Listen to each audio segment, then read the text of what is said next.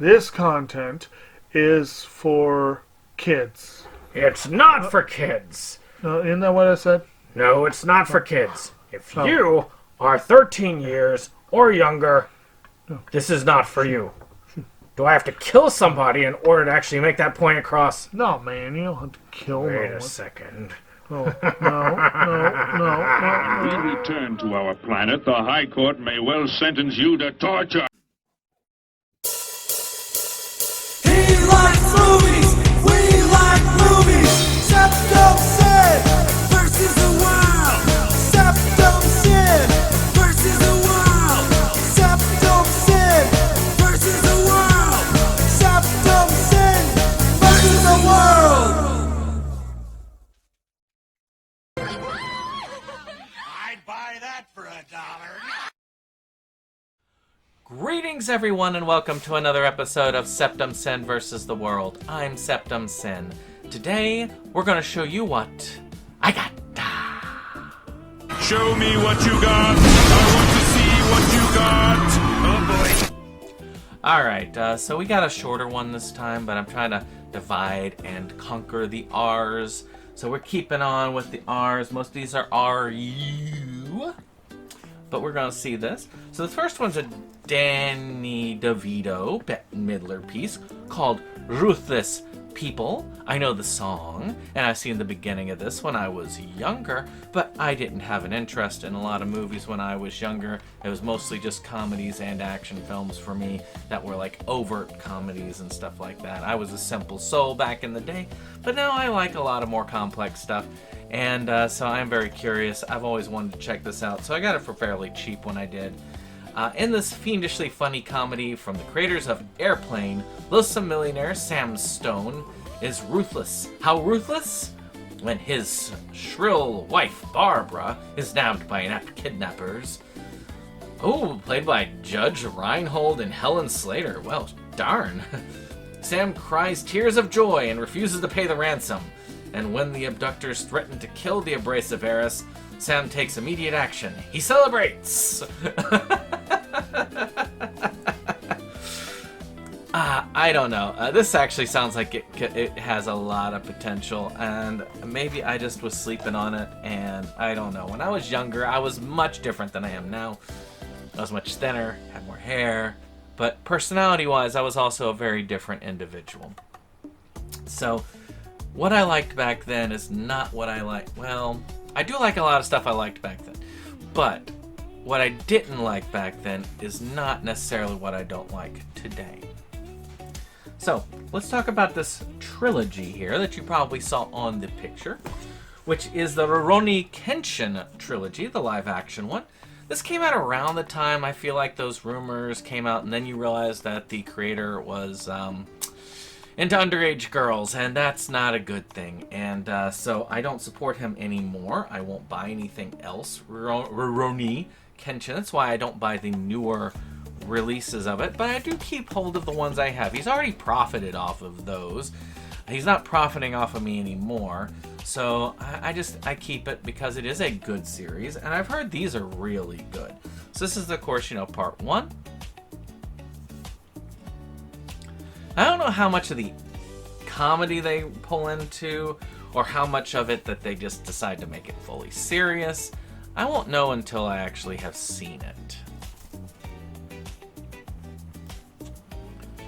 But, I've heard a lot of good things about it, and I've heard some amazing things about this trilogy.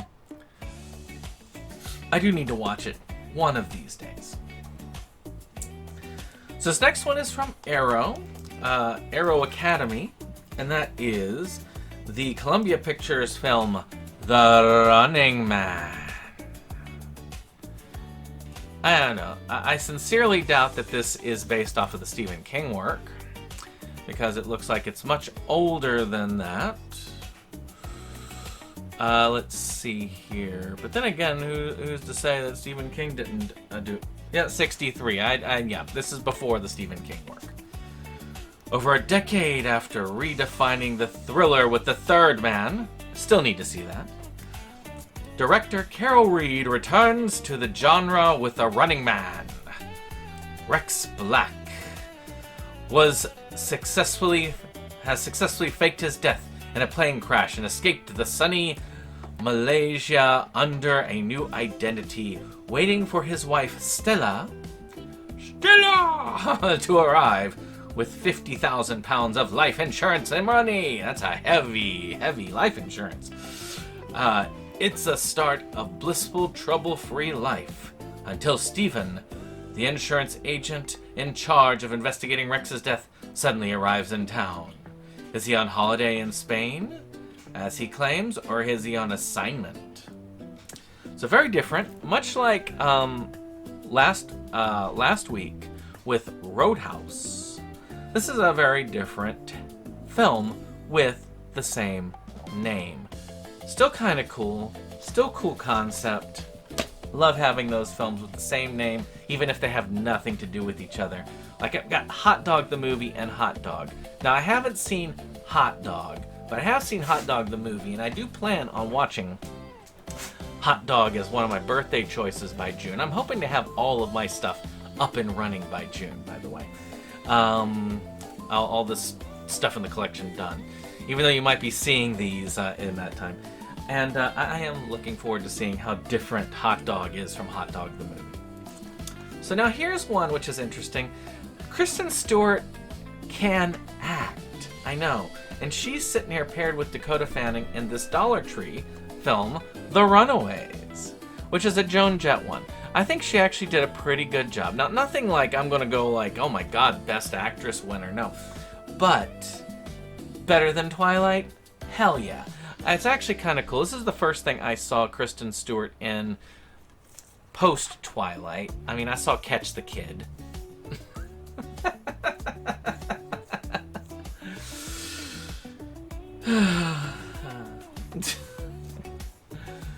And Safe Room, I believe. But yeah, this is one that was a good one. I did like it, and I do want to actually rewatch it again, which means it needs to be in the collection. Now, if I rewatch it again and go, God damn, why did I like that? Then maybe it'll be a different story. So this next one I watched as I was having a hard time back when this came out. And my birthday was going around. I was going to be on my own on my birthday. I was stressed out. I was very upset. I wanted to sit and just make the day about me since it was only me. So I went to the theater and nothing good was playing.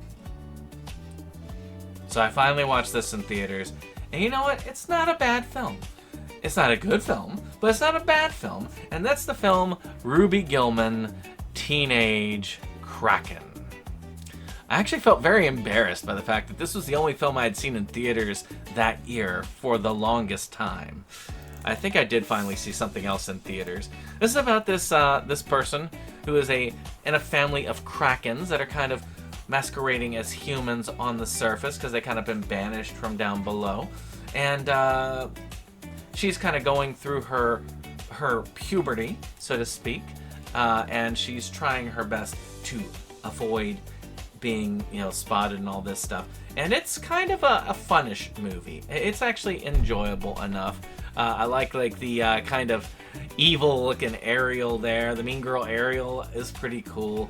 I enjoyed it overall. It was a fun film. I do need to watch it again, and I am glad to get it. I think that more of my interest in this film is not because of the film, it's really the circumstances around it, because watching it did kind of help break that malaise I was in and bring me back to reality, and I was able to enjoy the rest of my day, and that was good. So this next one is the Rugrats movie trilogy. Now, I don't think I've watched these, but I may have watched these because I have this open. It's probably that these things came loose in the case and I had to do something about it. Now this has the 3 movies with Rugrats. The Rugrats movie, which had Dill's birth, which kind of ruined the series overall, I think. Rugrats in Paris, and then finally Rugrats Go Wild, which was their crossover with Wild Thornberrys. Now, Wild Thornberrys, I was getting a bit too old for Nicktoons by the time that series came out. And really by the time most of these movies came out.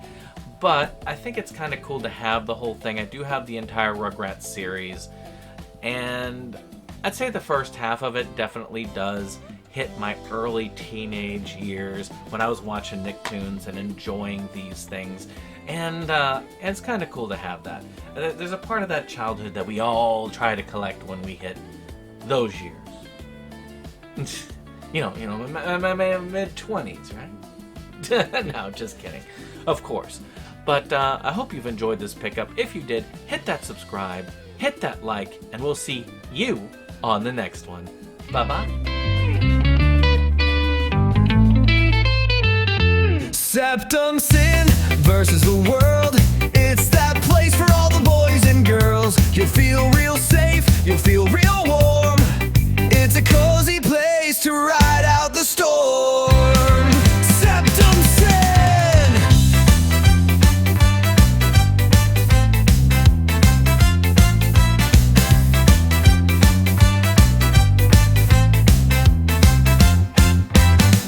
SeptumSin and his best boy Jake see the trends that scare us every day. Physical media is going to the side. Doctor streaming will rule the